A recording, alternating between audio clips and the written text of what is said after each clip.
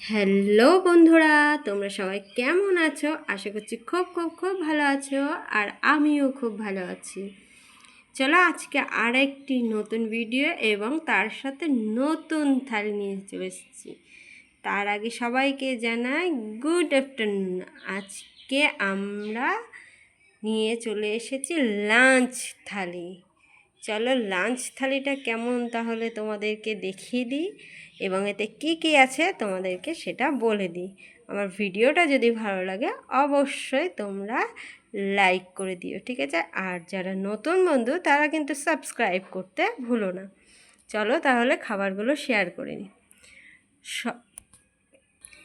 সবার প্রথমে আছে, দেখো এখানে গরম গরম ভাত, তার সাথে আছে কাঁঠালের বীজ ভাজা, তার সাথে আছে এপাশে আছে কলা ভাজা, কাঁচকলা ভাজা, আর এখানে আছে আলু সেদ্ধ, পেঁয়াজ দিয়ে লঙ্কা দিয়ে ঝাল ঝাল করে মাখা আলু সেদ্ধ, আর তার সাথে এখানে আছে এই যে ডালের, মুসুরির ডালের বড়া। এই পাশটা কেমন একটা পোড়া পোড়া হয়ে গেছে, দেখেছো?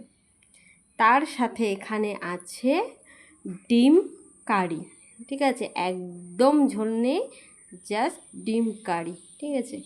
আর এখানে আছে দেশি মুরগির মাংস। খুব সুন্দর রান্নাটা হয়েছে, পুরো লাল লাল ঝাল ঝাল করে দেশি মুরগির মাংস। আর সবার শেষ লেবুটা আছে, সেটা তো তোমাদের বলতে ভুলে গেছি। আছে একটা গন্ধরাজ লেবু, আর তার সাথে আছে আমের চাটনি। চলো আজকে আমার লাঞ্চ থালিটা তোমাদেরকে শেয়ার করে দাও। তার সাথে আছে কিন্তু 1 গ্লাস জল। দেখো আজকে আমার লাঞ্চ থালিটা তাহলে তোমাদের সাথে শেয়ার করলাম। আমার লাঞ্চ থালিটা কেমন হয়েছে অবশ্যই তোমরা কমেন্টে জানিয়ে দিও, ঠিক আছে? চলো, লাভ ইউ অল, টাটা।